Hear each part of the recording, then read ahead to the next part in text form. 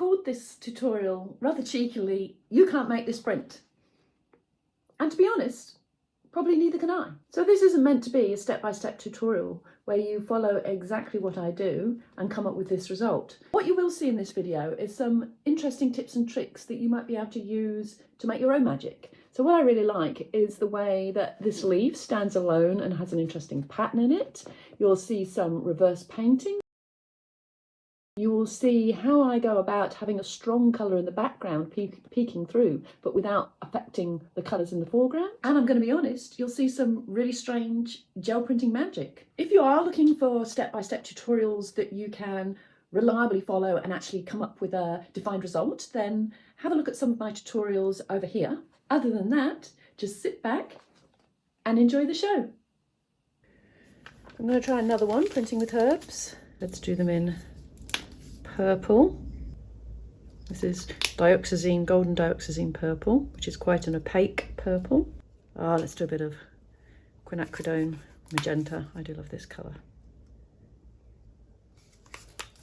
Now, one of the secrets of getting good clarity in your print is not having too thick a layer of paint. If the paint's too thick, then the print tends to get a bit sort of smudgy.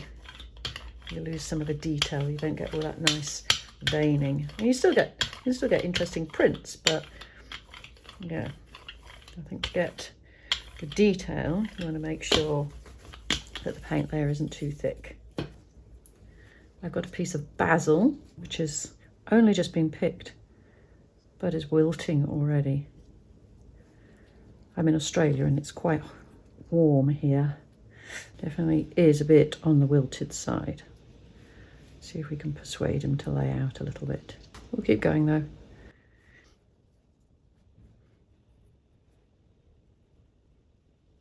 That's some sage, thyme. Something up there would be good. Will we put in that chive again? Maybe layer another chive over the top. Let's see what happens. Right, I'm going to pick that up over the top of the one we did before, just removing the paint we don't need from around those plants. Pushing it in, following the outline of the plants.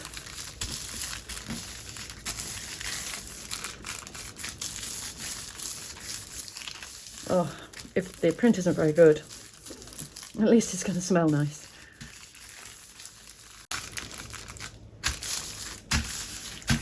Okay, let's see what we've got.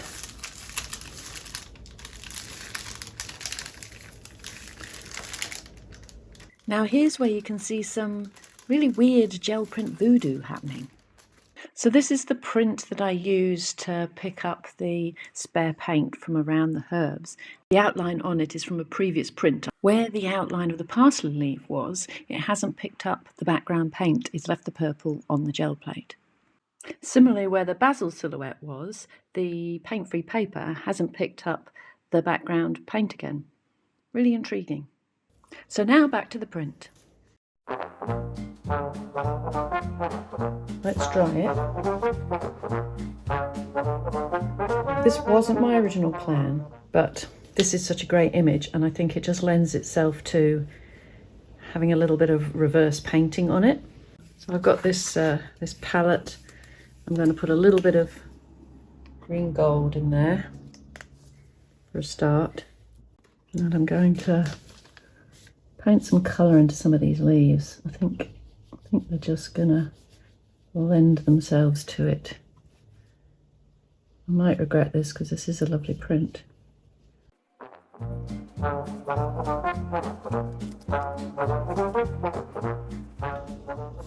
Should we get even more risky? Let's see if we can do that and put a bit of a pattern in it.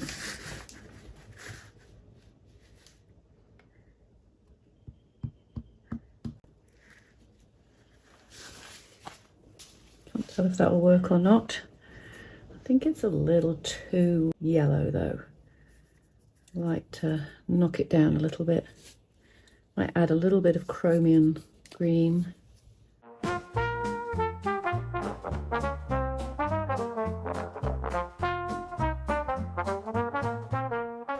little bit of pattern in there if I can.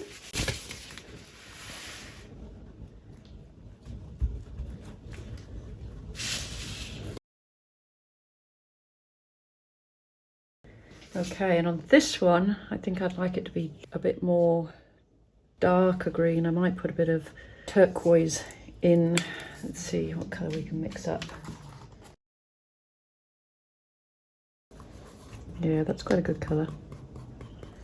Green gold and the turquoise.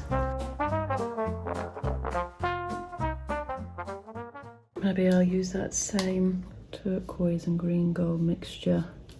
Might desaturate it a little bit, add a bit of alizarin crimson in there.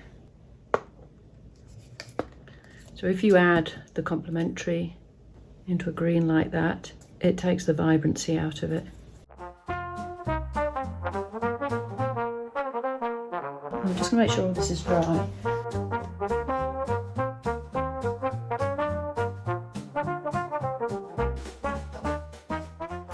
And again, I'm going in with this pattern.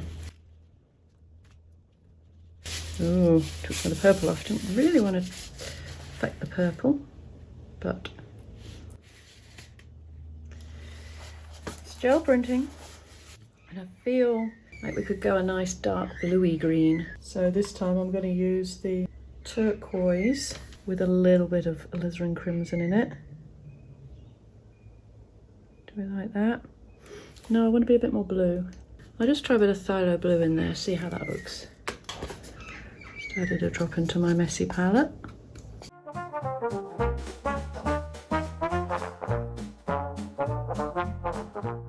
Let's have a look.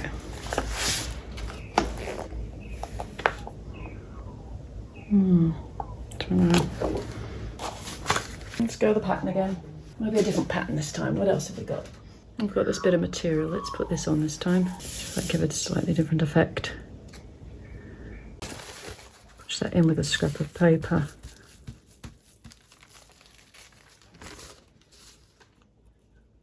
That didn't work. Let's try again.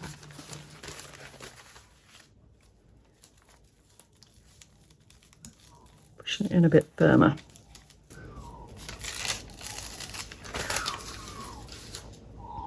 That got anything? Yeah, it has a little bit. This plastic just seemed to be gripping on a bit better. Let's go with that again.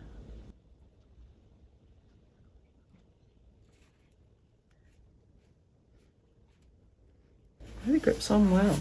All right, let's dry that and we'll see what we get. I'm looking at it and I'm thinking I need some blue coming down here for balance. All right, on our magical mystery gel print tour, we're now onto the background. Are we going for more layers or shall we just pull it? I kind of feel it should be more layers, you know, in for a penny, in for a pound. This is quite an interesting layer. This is a cheap table mat I got from Kmart. It's plastic. I reckon that could give us another bit of interest in the background. I will try and graduate the background a little bit. I'll start with some white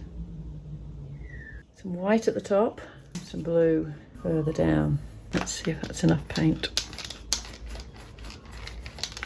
A bit more, I think. Not the zinc white, we want the titanium white. Here we go, titanium white. Zinc white is transparent white. Titanium white is nice and opaque.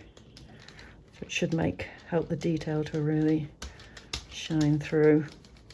That blue. Go. So I lay this on.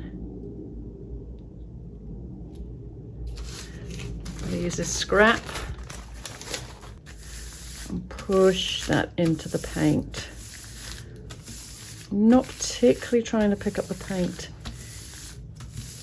in between the mat this time because I don't want to risk disturbing the image below. But that'll give a nice, interesting crisscross pattern. Let's dry all that before we do the final layer. Now, I want to put something on here that's going to show through on those marks. As if I put like a pink coming through. Good. Not touching this down because I'm not convinced it's 100% dry. Pink could be good. Maybe I need something that stands out a bit more. What would be unusual? Like orange would be unusual. Let's try an orange sheet. Orange is the complementary colour to blue. It's the opposite side of the colour wheel. Might do that. I think that could be really interesting. Definitely want to make sure this is dry. I'm going to go for the pyrrole orange. Now, I think I can get away with putting pyrrole orange on because both the teal and the titanium white are opaque. So I think it'll still show nice and blue, and then these bits of orange will just peek through where the mat has picked up the paint.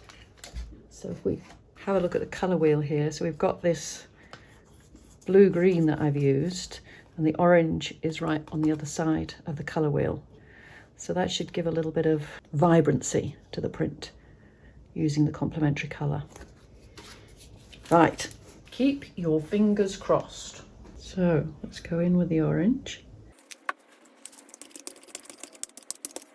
Not too thin a layer. And plenty of glue, in effect, to stick this image with lots of layers onto my piece of paper. Trying to get it fairly straight. And pushing it down really well. Got to get good contact. Now I don't want to peel it off till it's totally dry. I'll use my trusty hairdryer again on a cool setting to help speed up the drying process.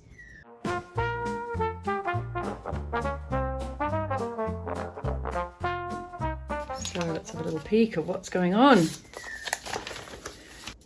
I think that's quite fun. Let's see if it comes off all right. This is just a bit of acetate sheet that I put on the back of my gel plate. It helps manoeuvre it around when I'm flipping it over to have a sneaky peek at how the print's going. Now let's hope it's dry. If it's not, I'm just going to push it straight back down and leave it a little bit longer. But it seems to be coming off nicely.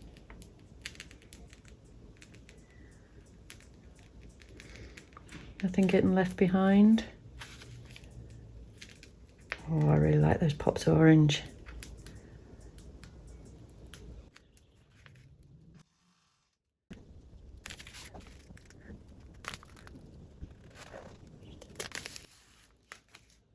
There we go. Look, I'm not saying that's not a busy print, but I really love it. I really like the way the oranges come through in the background. I like this pattern. Picked up here and there. I do wish I'd painted that flower, but yeah, it's a good print. So thanks very much for watching. I hope you found some techniques in that video that you might be able to pull into your own printing repertoire. I think sometimes it's just a lesson of going with the flow, trying new things and letting go of the outcome, not worrying about what's going to happen. Because at the end of the day, if you get a rubbish print, well, it always makes a good collage paper. So don't be afraid, keep going and see what you achieve. Thanks so much for watching. My name's Amber from Amber Benison Art. If you want to see some more step-by-step tutorials that actually have achievable results, then you can have a look over here. And if you'd like to subscribe to my channel, you should be able to see a button just about here. Thanks again. See you next time. Bye.